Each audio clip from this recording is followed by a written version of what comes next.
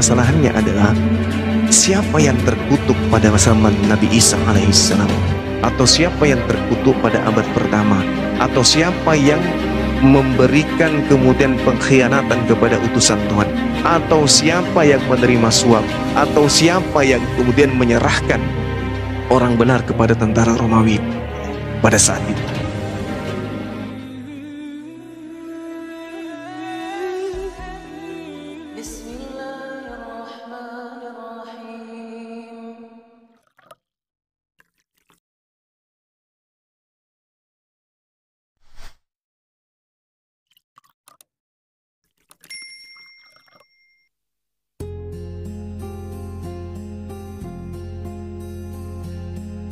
Iya, iya, Deng. Bisa menaikkan devisa. Bisa bang. Jiko, selamat malam. Assalamualaikum. Ya, Jiko. salam. Oh, Salam Muslim. kenal Bang Juma juga rekan-rekan semua. Ya, salam kenal Bang. Saya Muslim Mbak, Bang. Alhamdulillah. Saya mau nanya. Iya, gimana? Saya dengar tuh katanya di surga itu ada dikirim bidadari itu ya. Tadi saya dengar. Itu berarti untuk kaum Adam ya. Kalau untuk kaum Hawanya ada nggak? Kalau untuk kaum Hawa itu sama seperti di dunia, mereka hanya bisa memiliki suaminya sendiri.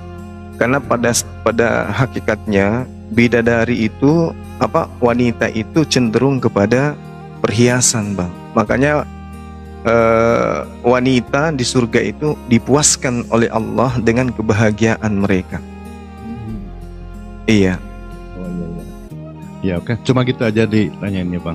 Iya, berbeda dengan laki-laki dengan perempuan. Kalau laki-laki itu kan hasratnya kepada wanita itu jauh lebih tinggi daripada wanita ke laki-laki. Sehingga Tuhan memberikan balasan kepada wanita soleha dengan apa yang mereka inginkan. Mereka cinta perhiasan, mereka cinta kemudian permata, cinta kepada materi. Maka di surga mereka diberikan materi sepuas-puasnya. Iya. Cuma gitu aja Bang, makasih ya Bang. Baik. Assalamualaikum. Waalaikumsalam warahmatullahi wabarakatuh.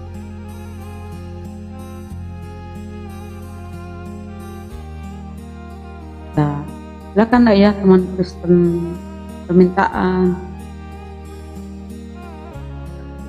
Assalamualaikum warahmatullahi wabarakatuh, Abu ya. Waalaikumsalam warahmatullahi wabarakatuh. Assalamualaikum warahmatullahi wabarakatuh. Para guru semuanya, Bang Juma, Masya Allah. Waalaikumsalam warahmatullahi wabarakatuh.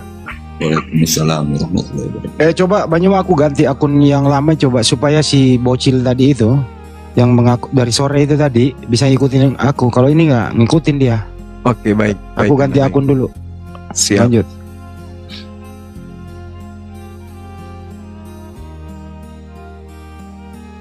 Jadi terkait dengan saudara tadi yang bertanya, Allah Subhanahu wa taala menerangkan di dalam Al-Qur'anul Karim, Bismillahirrahmanirrahim, "Wa may ya'mal minas shaliha min zakarin aw untha wa huwa mu'minun fa ulaika yadkhulunal jannah wa la yuzlamuna naqira." Barang siapa, kata Allah, mengerjakan amal kebajikan, baik laki-laki maupun perempuan, sedang dia beriman, maka mereka itu akan masuk ke dalam surga dan mereka tidak dizolimi sedikit pun. Jadi laki-laki tidak dizolimi, wanita pun sedikit pun tidak akan dizolimi di dalam surga, di dalam jannah. Jadi tak bolehlah kita kemudian mengukur bidadari ini terhadap laki-laki dan perempuan. Bahwasanya laki-laki diberikan bidadari berarti perempuan terzolimi karena mereka tidak diberikan bidadara. Tidak, Allah mengatakan wala yuzlamuna nakira. Laki perempuan semuanya diuntungkan oleh Allah di dalam surga, dan laki perempuan tidak akan dirugikan, tidak akan dizolimi sedikit pun. Ya, Allah yang mengetahui itu, bukan kita. Jadi jangan dijadikan bidadari ini sebagai tolak ukur bahwa di jannah ada ketidakadilan terhadap kaum wanita. Karena Allah Subhanahu wa taala sudah menjelaskan mereka kemudian orang-orang beriman tidak akan mungkin dirugikan oleh Allah. baik laki-laki maupun perempuan. Jadi Islam itu ketika bercerita tentang keadilan, maka Allah akan memberikan keadilan itu kemudian dengan seadil-adilnya. Wasari'u ila maghfiratin min rabbikum wa jannatin arduhas samawati wal ard uiddat lil muttaqin. Dan bersegeralah kalian mencari ampunan dari Tuhanmu dan mendapatkan surga yang luasnya seluas langit dan bumi yang disediakan bagi orang-orang yang bertakwa. Maksudnya yang bertakwa ini laki perempuan, disediakan surga yang luasnya seluas langit dan bumi. Jadi nggak ada yang diragukan, tidak ada yang dirugikan di sini.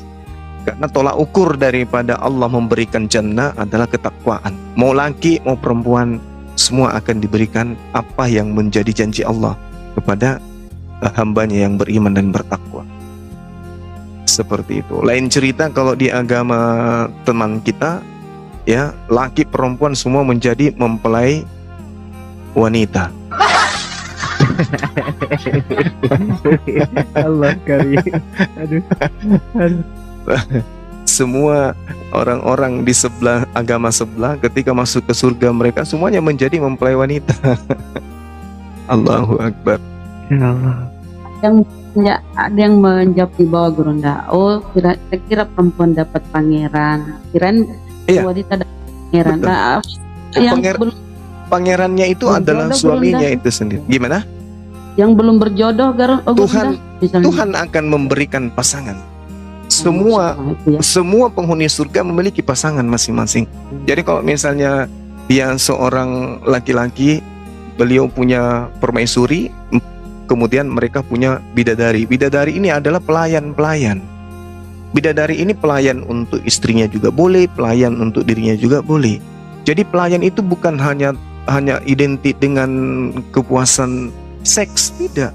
Yang dikatakan pelayan itu ya adalah yang melayani kebahagiaan, kenikmatan yang Tuhan berikan mereka di dalam surga. Seperti itu. Nah, kalau misalnya saya nih masuk surga, kemudian saya punya permaisuri yang cantiknya tiada tara, apakah mungkin saya masih melirik yang lain? Kan tidak. Berarti yang lainnya hanya dijadikan sebagai pelayan saja. Itu dia. Sedangkan di surga itu tidak ada lagi cemburu, tidak ada dengki, tidak ada sakit, tidak ada kotoran, tidak ada lagi zat-zat yang negatif di dalam tubuh manusia. Makanya dikatakan tubuh kemuliaan, karena tidak ada lagi di sana cacat. Tak ada lagi kemudian kemunafikan, cemburuan, iri, dengki, nggak ada lagi di surga itu. Maka yang masuk ke dalam surga hanya orang-orang yang suci. Hanya orang-orang yang suci yang masuk ke surga itu.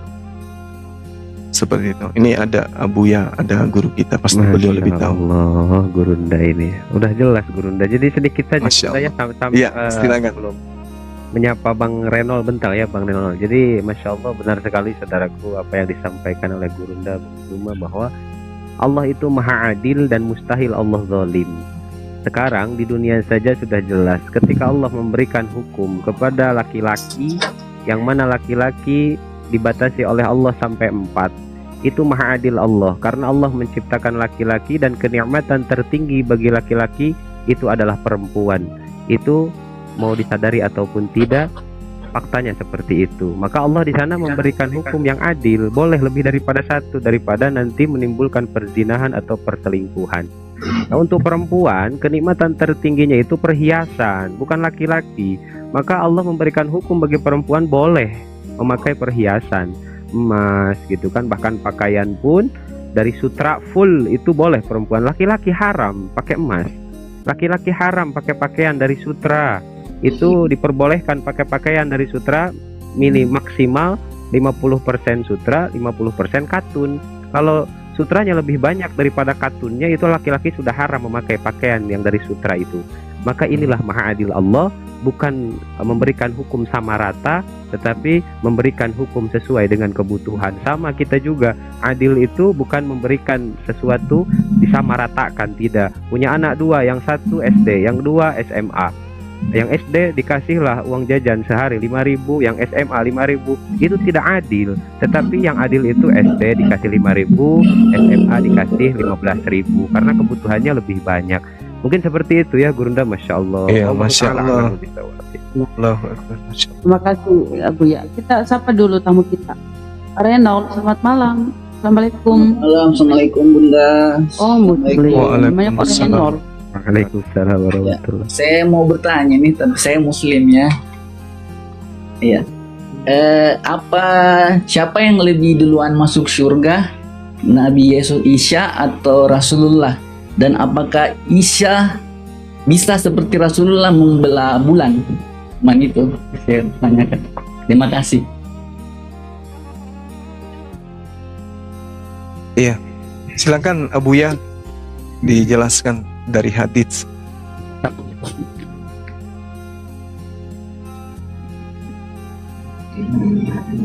Tafadhol Gurunda dulu. Tafadhol Gurunda. Di mute dulu, ini hostnya kok tidur ya. Bang Aduh. Renol di mute dulu, Bang. Nah, lanjut. Iya, jadi manusia yang pertama yang masuk surga itu adalah baginda Rasulullah Muhammad SAW. Pintu surga tidak akan dibuka sebelum beliau lebih awal. Itu yang menjadi tradisi pengetahuan Islam, bahwa surga nanti dibuka setelah baginda Rasulullah Muhammad SAW itu pertama kali untuk memasuki surga itu. Kemudian terkait dengan Nabi Isa alaihissalam, baginda Rasulullah Muhammad SAW, kalau kita berbicara mengenai kemuliaan, semua nabi itu dimuliakan oleh Allah. Tetapi ada rasul yang spesial yang kemudian Allah terangkan di dalam Al-Quranul Karim di masa praeksistensi manusia, praeksistensi para nabi, di mana Allah Subhanahu wa Ta'ala mengambil perjanjian di antara para nabi. Apa kata Allah? Wa is ahazallahu mitsaqa wa nabiyyin lama ataitukum min kitab wa hikmah thumma ja'akum rasulun musaddiqul lima ma'akum la tu'minunna bihi wa la tansurunnah qala aqrartum wa akhazastum ala zalikum isri qalu aqrarna qala fashhadu wa ana ma'akum minasyahidin. Jadi di masa praeksistensi para nabi diutus ke atas muka bumi, Allah kemudian mengambil perjanjian yang mulia, perjanjian agung di antara para nabinya. Lalu Allah kemudian mengatakan kepada para nabi, adakah kemudian, manakah aku memberikan kitab dan hikmah kepadamu? Lalu datang kepada kamu seorang rasul yang membenarkan apa yang ada pada kalian. Niscaya kamu akan sungguh-sungguh beriman kepadanya dan menolongnya. Allah kemudian berfirman, apakah kamu setuju? Apakah kalian menerima perjanjianku yang demikian ini, yang demikian itu? Mereka kemudian para nabi menjawab, kami setuju. Allah berfirman, jikalau begitu, bersaksilah kamu wahai para nabi, dan aku pun bersaksi bersama dengan kalian. Siapa yang dipersaksikan ini? Baginda Rasulullah Muhammad SAW. Bahwa Allah mengatakan akan datang masa seorang rasul datang mempersaksikan semua kitab dan hikmah yang diberikan kepada kalian. Lalu rasul itu membenarkan. Apakah kalian bersaksi tentang itu? Artinya bahwa para nabi mempersaksikan akan kerasulan baginda Rasulullah Muhammad SAW. Makanya Rasulullah dikatakan sebagai Rasulullah wa khataman nabiyyin. Beliau adalah penutup rasul dan penutup para nabi. Menjelaskan tentang Nabi Musa, menjelaskan tentang nabi-nabi yang lain. Nah, tentang pekerjaannya kemudian, Nabi Musa hanya untuk Bani Israel, Nabi Isa hanya untuk Bani Israel, tapi beliau baginda Rasulullah Muhammad SAW kaffatan linnas litubayyina linnas, untuk seluruh umat manusia. Inilah yang menjadi pokok utama kemudian perjanjian agung Allah. Karena Rasulullah memiliki kemudian tugas yang jauh lebih tinggi daripada tugas nabi-nabi yang lain. Demikian. Masya Allah, Gurunda, saya menyambung sedikit. Iya, silakan. Lisannya Bang Zuma ya, Masya Allah tadi sudah sangat jelas. Saya cuma ingin membacakan hadis yang diriwayatkan oleh Ahmad an Anas ya. Kata di dalam hadis ini Rasulullah bersabda bahwa ati babal jannati yaumal qiyamati fa astaftihu fayaqulul khazinu man anta fa aqulu Muhammadun fayaqulu bika umirtu alla aftaha li ahadin qablaka. Nanti ketika sudah beres alam mahsyar, alam hisaban, mizan, siratal mustaqim, maka orang pertama kali yang menghampiri surga adalah baginda Rasul. Sehingga baginda Rasul, atibabal jannah, saya datang kepada pintu surga. Yaumal qiyamati, di hari kiamat, fa'astaftihu, maka fayaqulul khazin, Nabi Muhammad itu meminta kepada penjaga pintu surga itu untuk membukakan pintu surga. Tetapi malaikat Ridwan, penjaga pintu surga itu bertanya, "Man anta?" Siapa kamu? Dijawab oleh baginda Rasul, "Fa'aqulu Muhammadun." Saya menjawab, kata Rasul, "Saya Muhammad Rasulullah." "Fayaqulu bika." Kenapa kok bisa malaikat Ridwan bertanya kepada baginda Rasul tentang siapa ini orang? Maka malaikat menjawabnya, "Umirtu alla aftaha li ahadin qablaka." Saya diperintah oleh Allah jangan dulu membuka pintu surga terkecuali orang yang pertama kali masuk surga adalah baginda Rasulullah Sallallahu Alaihi Wasallam. Mungkin seperti itu ya saudaraku, sedikit nyambung dari lisannya Bang Zuma tadi sudah sangat jelas. Saya cuma membacakan hadisnya saja. Allah Taala alamu bisawab. Lanjut, Bunda Rahma itu ada tamu. Oh, dia turun. Oke ya Bang Renol, ya udah ya. Kasih syukuran. Assalamualaikum. Waalaikumsalam warahmatullahi wabarakatuh. Oke, silakan teman-teman Kristen ya. Tadi turun kenapa?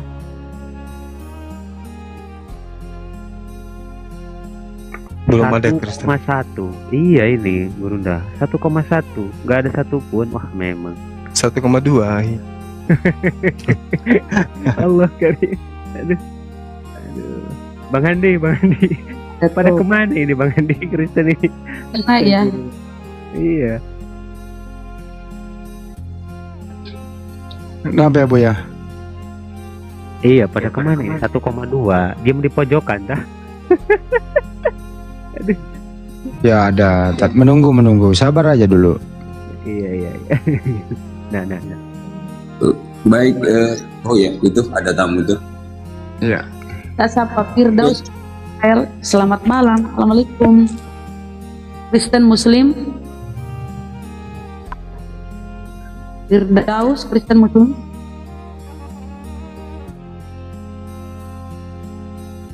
Nggak ada suara Bang.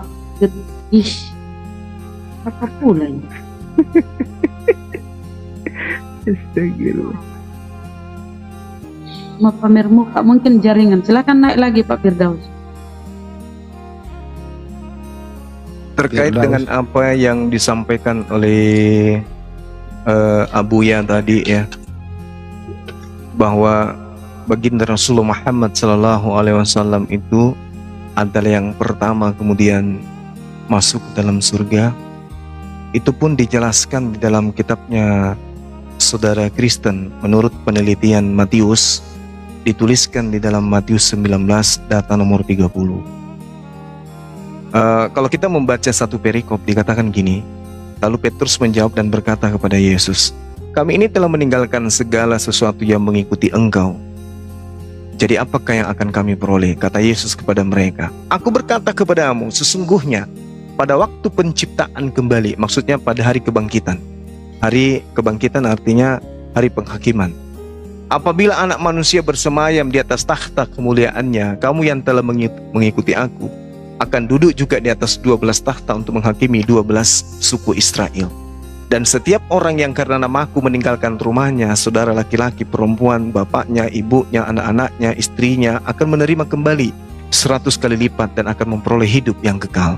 Tetapi," kata Yesus, "tetapi banyak orang yang terdahulu akan menjadi yang terakhir, dan yang terakhir akan menjadi yang terdahulu." Jadi orang-orang pada masa Nabi Adam alaihissalam itu nanti terakhir dia. Sedangkan baginda Rasul Muhammad sebagai khataman nabiyin, dia yang terdahulu. Ini pengakuan daripada kitabnya saudara Kristen ketika Yesus bercerita tentang hari penghakiman. Allahu Akbar, Masya Allah. Matius 19 nomor 30. Silakan sahabat yang lain. Aduh, mana ada penot? Silakan naik ya Ten. Buat Kristen yang apa ya, yang mau dicerahkan, yang paham Bible. Kalau hanya sedikit ya, mungkin paham bimbel dikit.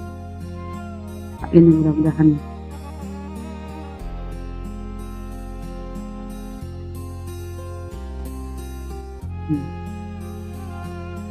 Selamat malam, assalamualaikum ulil amri. Ulil amri. Islam ya bang, ulil amri, abri. Islam Pak. Yang naik itu Kristen aja bang, mau diskusi silakan kan. Lanjut di atas silakan bang. Enggak, ada siapa tahu ada mau ditanyain apa bang? Apa dia naik? Sambil isi waktu. Iya, awak mau tanya ini sama Bang Juma. Iya, gimana bang? Gimana Bang? Nah, kalau istilahnya kan Nasrani kan gitu kan, meninggal ketika belum akil balik Bang. Belum ada dosa berarti bang? Mereka iya, Bang. masih suci, iya. Oh iya, berarti dalam surga dia Bang ya? Insya Allah. Amin. Ya Allah. Amin. Iya. Menanyakan itu aja saya Bang. Oh siap. Makasih bang, salam kenal bang ya. Iya Bang. Kan belum terindikasi, belum dia makan babi bang. Masih apa dia steril ya? Bukan masalah itunya, bukan masalah makan babinya, masalah hablum minallahnya itu. Dia termasuk itu juga bang, karena anak kecil itu. Kita makan babi ya Bang. Anak kecil juga kalau belum kena taklid hukum dikasih makan babi oleh orang tuanya yang berdosa, anaknya enggak. Iya. Main sikat aja bang dia. Gitu. Jadi gini, anak yang belum balik di masa mereka ini kemudian masih di alam ruh, mereka mempersaksikan tiada Tuhan selain Allah. Wa is ahasa rabbuka min bani adam min zuhurihim zurriyatahum wa ashhadahum ala anfusihim alastu bi rabbikum.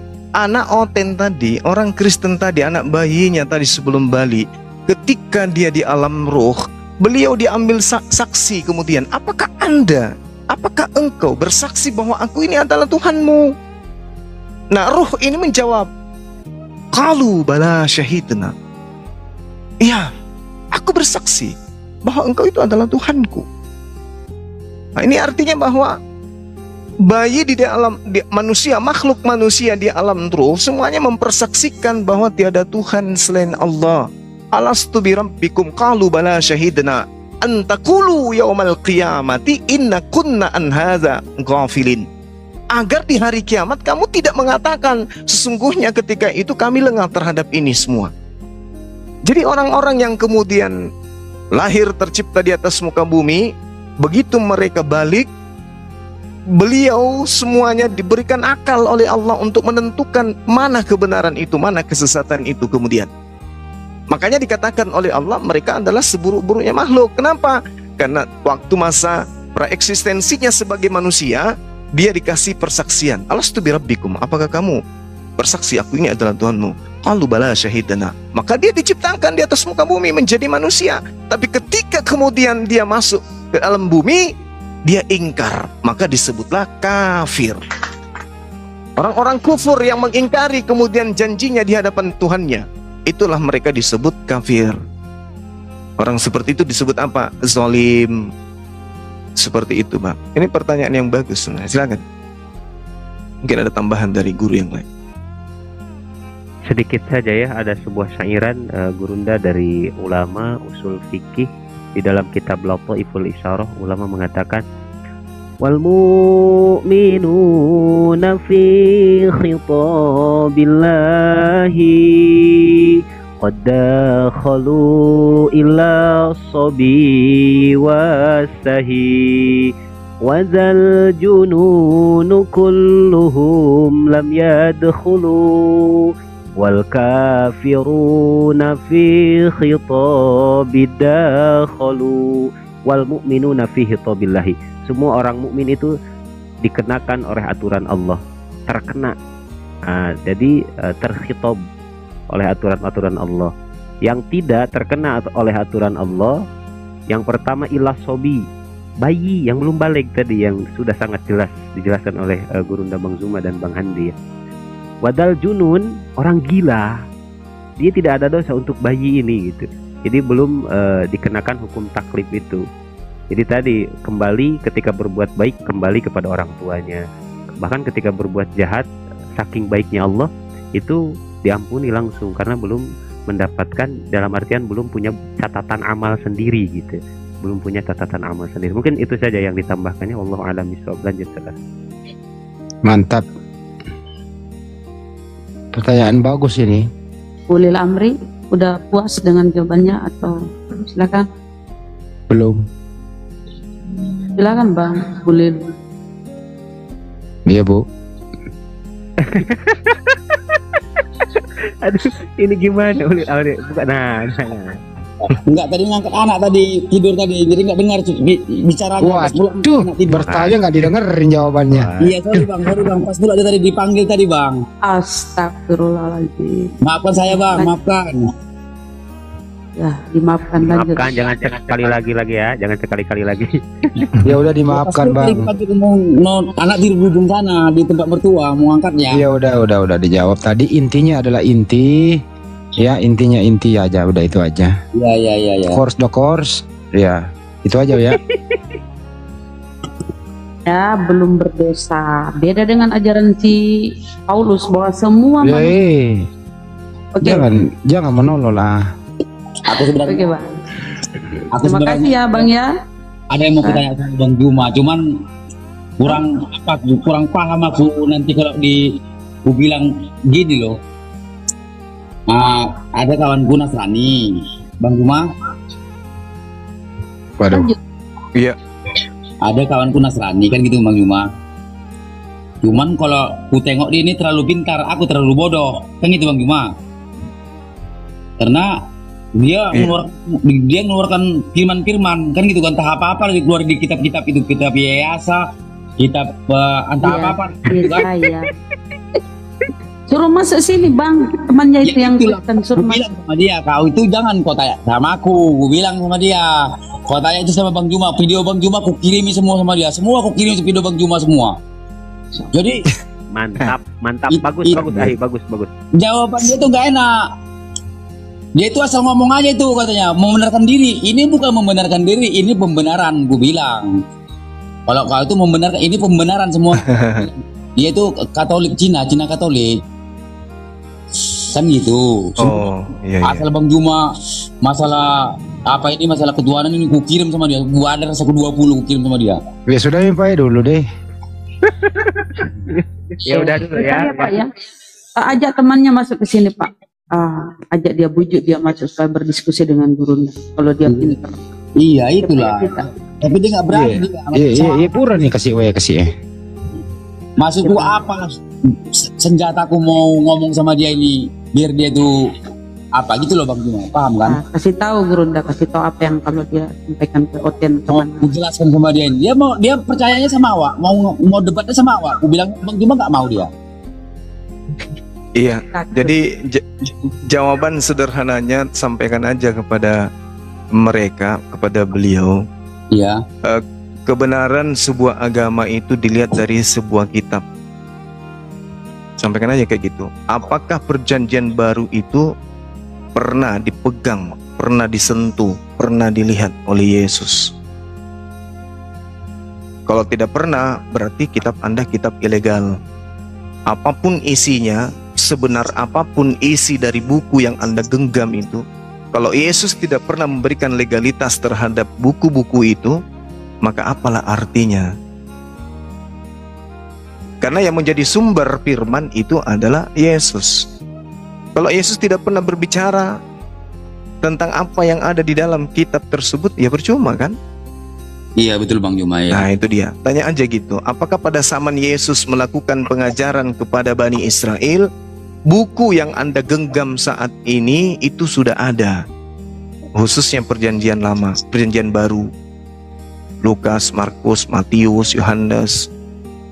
Ini aku mau tanya sama Bang Juma, itu Lukas, Matius, Yohanes itu benar apa enggak itu? Itu apa perlu kita imani apa cuman itu? Tidak. Oh enggak ya? Enggak, itu bukan Berarti firman itu Tuhan. karangan ya? Karangan itu ya? Itu bukan firman Tuhan dan bukan juga sabda Yesus. Loh, tapi ku dengar dari Bang Juma ada juga mengatakan si Matius mengatakan kayak gini gitu juga Bang Juma ngomong ya. Nah, bagus. Dari situ. Pertanyaannya bagus.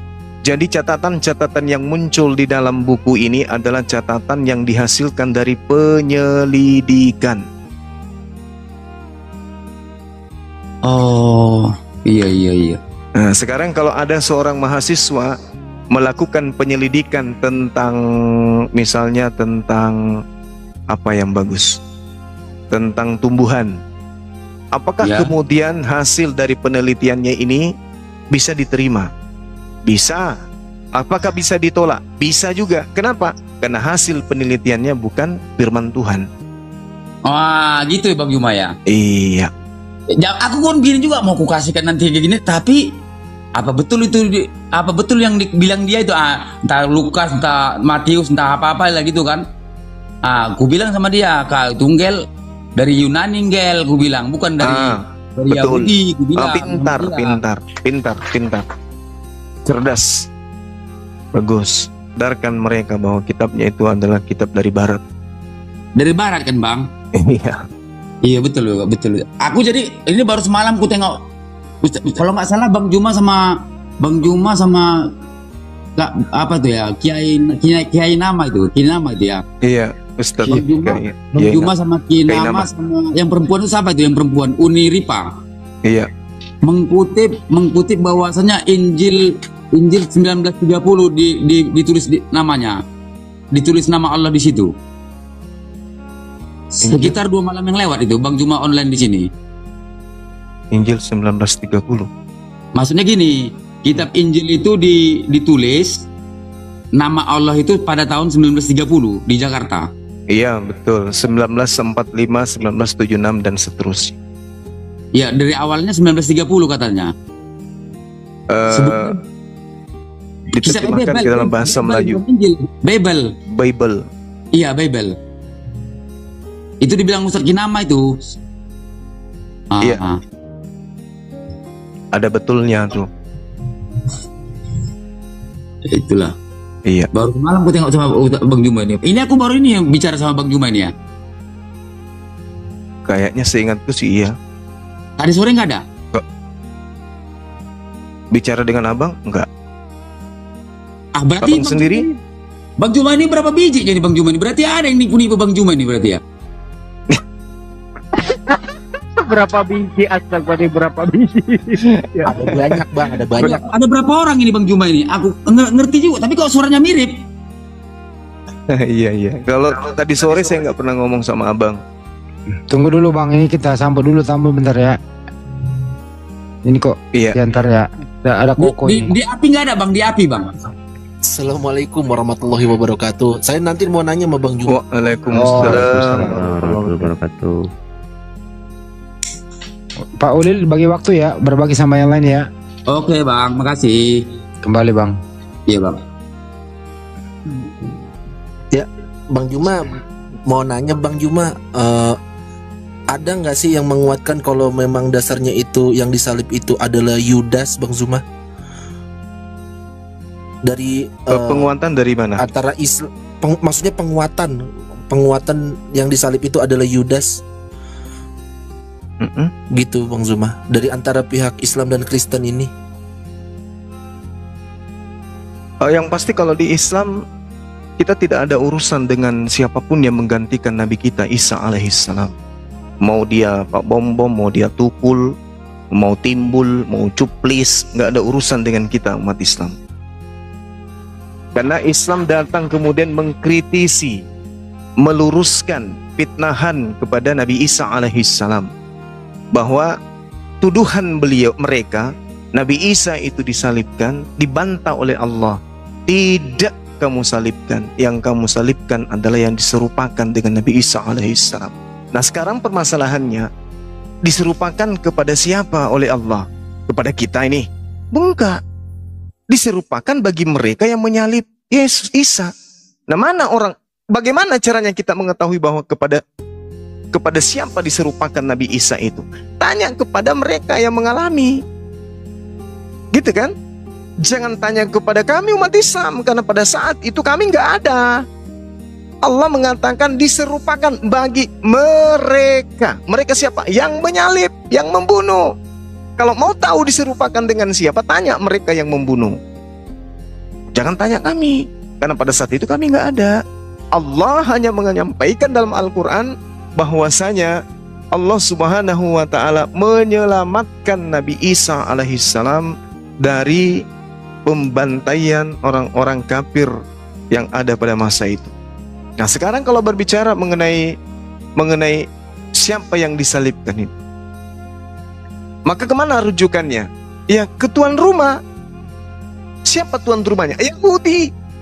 Bagaimana kaidah-kaidah pembunuhan, penyaliban, dan seterusnya yang terjadi di tengah-tengah mereka? Baca kitabnya. Apa yang diterangkan misalnya di dalam kitab mereka? Kita lihat di dalam Ulangan 21 nomor 23. Apa yang diterangkan di sana?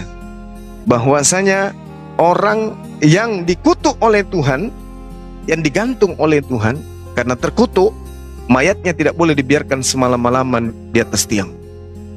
Artinya kalau ada penyaliban itu diperuntukkan kepada orang yang terkutuk, bukan kepada orang yang baik, bukan kepada hambanya yang suci, bukan.